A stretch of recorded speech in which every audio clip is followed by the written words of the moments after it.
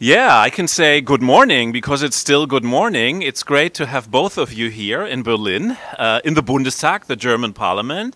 It's a very special honor and pleasure to have you here. David Beasley, the president of the World Food Program. Hello. Well, good morning. It's good to be here in Germany, which is a major contributor to the World Food Program. And Germany's taken the lead in so many ways in a time that's so critical. Yeah. So thanks for that good start. Thank you for that. And Tony, you are here. Tony Rinaudo, our colleague at World Vision, and you're a laureate of the Alternative Nobel Prize, The Right Livelihood. Thanks for being here. Oh, great pleasure, Christoph. Yeah. Thank you. Well, and it's great to have both of you here as you are driving forces about the change on the earth that is needed. So David, maybe my first question towards you is, we're really facing a major food crisis in the world. And you've been on the ground in many affected regions and countries. How is the situation? And especially, you said Germany is a big contributor. So what should the rich countries, so to say, do? What can they do to help more and support? Well, I said actually before the Ukraine crisis that 2022 would be the worst humanitarian year since World War II. That was before Ukraine. So 2022 we're facing a food pricing problem, unprecedented perfect storm of COVID, conflict, Ukraine, fuel costs, and the list goes on. But now we're looking at what could be a food availability problem in 2023 because the fertilizers, the droughts, all these combining factors together are really reaping havoc around the world. And this is why donor nations have got to be more strategic. It's not just putting money into a poor country. It's being strategic in resilience programs, rehabilitating the land so you don't have to go back over and over and over and feed the people, give them the tools so they can take care of themselves. And that's why it's important to be here in Germany, countries like Germany, the United States and others, giving us the flexibility to do land rehabilitation, do the resilience programs, because when I'm out there in the field, whether it's Niger or Mali, Burkina Faso, Chad, particularly the women, oh my goodness, they want to take care of their own children. So these programs that we're talking about and funding from wealthy nations, as I tell them, you go pay for it one way or the other. You can not do it right, and you'll end up with famine and destabilization of nations and mass migrations, and the cost will be 1,000 times more. But if you go in and do it right and address root cause, why, everybody wins in that situation. Yeah. Thank you. And root causes is really a key word. So Tony, what you do is about FMNR. Can you just briefly say what FMNR is once again? So FMNR is the restoration of landscapes and livelihoods through working with nature.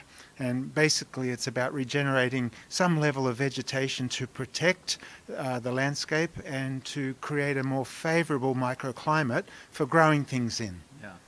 And what is the role of FMNR in a major food crisis? Can FMNR play a role and support a change into the other direction? Oh, most definitely. So I'll give two examples. One from Niger, which you mentioned, David. So here's a country with a very, very harsh climate, even in normal times, but also with climate change, it's drought prone. It's one of the poorest countries in the world, and yet primarily a community-driven, a farmer-driven movement across that country restored in a 20-year period 200 million trees on farmland. The net effect of that is farmers today, without inputs, without subsidies or special technologies, farmers today in Niger are growing an additional 500,000 tons of grain per year, enough to feed 2.5 million people. Their gross incomes across that 5 million hectares has increased to around $900 million per year in the poorest country in the world, or one of the poorest countries. So that's agroforestry, that's returning trees to productive farmland, and it definitely impacts food security, and it's a bolster against famine.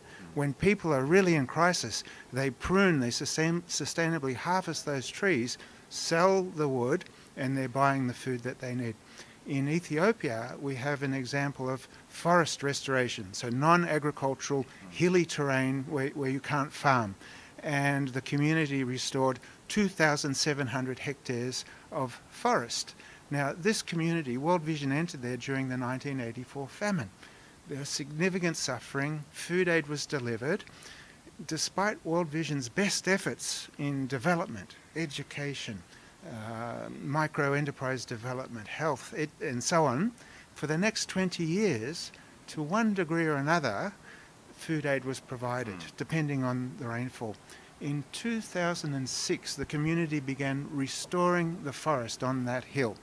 In 6 years, this community, this historically food aid dependent community, sold 104 tons of grain to the World Food Programme. And I said, how does that work? It's not even on your farms. Yeah. And they said, Mr. Tony, when those clouds come and hit our mountain in a drought year, they're more likely to drop their rain on us than on our neighbours. And the winds are lower, the evaporation is less, it's cooler here, there's more organic matter in the soil, retaining what little moisture falls and slowly releasing it.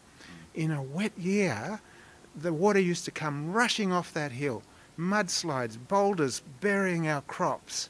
We never invested in improved agriculture because it was too risky. Today, because of the trees, because of the grasses that are now growing on that hill, it no longer floods, and we're investing in agriculture. It makes sense now. That's how they created the surplus. So I'm just so proud of them. Yeah. And yes, trees are, in my view, critical to food security and to preventing famine. Yeah. David, what do you think about this? So trees and forests as a tool against major hunger crisis. Well, you can see why we get so excited about working with partners like Tony. I mean, and World Vision, it's incredible what happens. And this is one of the things that I've been telling world leaders in the last few years. Had we been doing this over the past 20 years and scaling it up, when a shock like Ukraine hits, the impact is so less severe and so less costly. And so this is why the World Food Program, I began when I became the leader of the World Food Program, then saying, look, humanitarian emergency support is very important, but development resilience is critical. So in the past 5-6 years, working together with our partners, we have seen, and I say we have rehabilitated, I'm actually talking about the beneficiaries. They do all the great work. And they don't like handouts. They want to take care of their families and their communities and sell to the marketplace.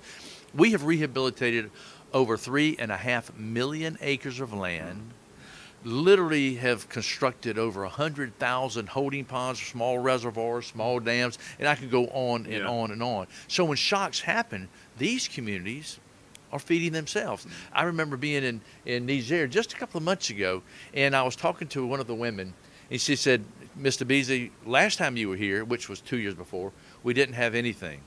We depended on you 100%.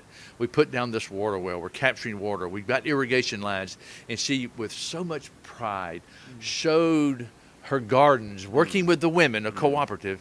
And she said, now we're no longer taking food from you, we're feeding our families, and we're selling into the market, and I'm buying clothes for my children, medicine for my children. Isn't that great? And I paid for my son's wedding. And she said it was so much pride, and it was like, wow, you don't have to go to Yale or Harvard to get an entrepreneurial spirit of capitalism. You just go talk to an African woman when you give her the tools that she needs. That's right. So I have to add a story. When Tony and me, when we were traveling in Ethiopia, we met Michele, and he was a farmer, and he used the FMNR method for a couple of years, and his neighboring soils and fields were so fertile now, and he could produce so many crops. The harvest doubled, and and his kids didn't have to work on the fields anymore.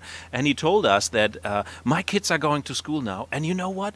My oldest daughter, she's the first in the history of our family to be able to go to university now. That's a story. So. It's that touches your heart. Yeah. That touches your heart right there. Yeah. It's what it's all about, loving your neighbor. Absolutely. Yeah, and I think this is what FMNR is about. It's a technique. It's against climate change. It's a technique to help against the hunger crisis. But at the same time, it's a development approach for the life cycle of a family and for the benefit of children especially.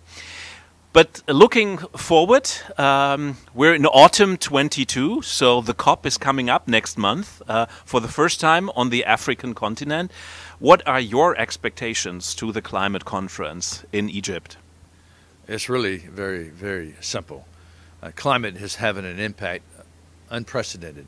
In fact, last year we had more people displaced from climate than from conflict. That's not happened before. We had 30 million displaced because of climate alone. It's only going to get worse. And while the wealthy nations talk about mitigation, well, the poor nations have got to have adaptation. They've got to survive. And so the message is going to be very clear to the leaders, particularly the wealthy nations. If you want more poverty, more mass migration, more famine, more devastation, more destabilization, then do nothing. But if you want to give people hope and stabilize planet Earth, why? Food security is where you must invest. And FMNR programs like this are critical. Tony, your expectations towards the COP? Well, I guess for myself personally, I'm going to appeal to common sense. And there are approximately 3 billion hectares of so-called degraded land worldwide. That term doesn't actually exist in my dictionary. This is 3 billion hectares of potential land. Potential to feed people, restore biodiversity, fight climate change, help people to adapt. So my hope, my wish is that people would listen to investing in these nature-based solutions that are so simple, so rapid, so easily scalable, and so impactful. David, what we hear is that you will be leaving the office next year. Is that true?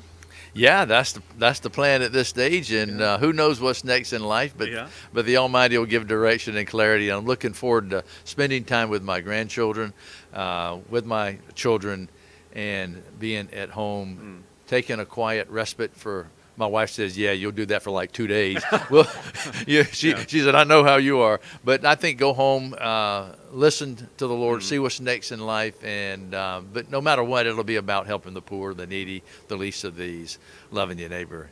The world's in trouble right now, and I don't plan to be quiet. So thanks for continuing the work on a different level, maybe. Maybe one last question then, maybe a bit personal. So you've been the CEO, more or less, of the World Food Programme now for many years. What has been the maybe the encounter or the decision that touched your heart the deepest in those years? Wow, you know, when I got to the World Food Programme, kicking and screaming 6 years ago, because I didn't want the job. I literally did not want to come into the UN agency, got talked into it by Republican Democrat senators, and it's the best decision ever made in my life, because my children said, Dad, being governor in the United States was amazing, but wow, helping the poor, there's nothing more gratifying in life than that. And so when I joined the World Food Programme, I actually thought we would be able to put the World Food Programme out of business because we would end global hunger. Unfortunately, because man-made conflict and climate shocks and then crises like Ukraine and COVID, it's only gotten so much worse. But what has touched me the most is it's not just handing out food to save lives. It's literally creating a path forward for the poorest of the poor to be able to change their lives, where they don't need us anymore. They can take care of themselves. When I go out in the most rubble-torn, war-stricken community, and you might have extremist groups of ISIS and Al-Qaeda and devastation from climate, and I see when we work together with programs that allow them to rehabilitate land and educate their children, and I see the looks on those children's faces, and I realize, you know, that all the darkness in the world can't put out the light of that one little child's face. That little match is hope and light right there, and I will never give up on those children. That's what gives me hope, and that's what always excites me, because when you see them, you feel it. You feel it in your heart, and you realize that's my little brother, that's my little sister. That little child's made in God's image, and we're all equal, and we have an obligation to help them. Thanks for being in it with your full heart.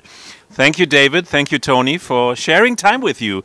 It's always a pleasure to see you, and thank you for being champions on this very, very important agenda. Well, thank you. I've got to work on Tony's English, though. You can try now. Okay. Thank you. Bye-bye.